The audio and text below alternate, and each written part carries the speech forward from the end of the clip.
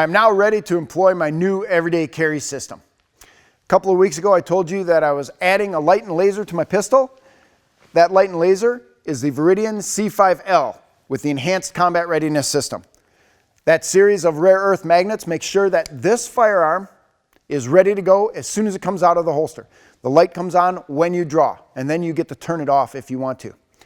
So, because of the new system, I needed a new holster. I went with the Galco King Tuck holster, and I had to find the right place for that, practice drawing with it, getting on target, and I noticed something.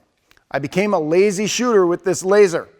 And when I say a lazy shooter, it meant that the light and laser system was so fast and so accurate that I was just focusing on the laser. And it occurred to me that I should be using my iron sights because any mechanical device could fail. This light and laser could fail on me. The batteries could go dead, could be obscured with blood or mud or snow or dirt or something like that. For some reason, the light or laser might not work and I need to focus on my sights.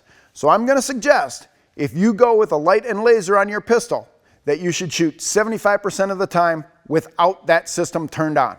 You don't want to forget those skills. Make sure you focus on sight alignment and sight picture, and the laser is there as an indicator to get you on target.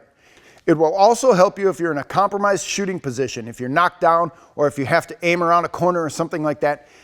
Yes, the laser really does help, but you want to make sure that you know exactly where your rounds are going, and the best way to do that is to always focus on your front sight. Get in the habit. The laser will help you. It will make you faster, but don't just focus on the laser. Don't become a lazy shooter. 75-25, use your iron sights. They will never fail you.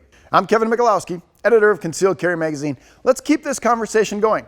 Talk to us about what you like or dislike about lights and lasers in the comments section down below. And please subscribe to this page. We'll give you more great information every week.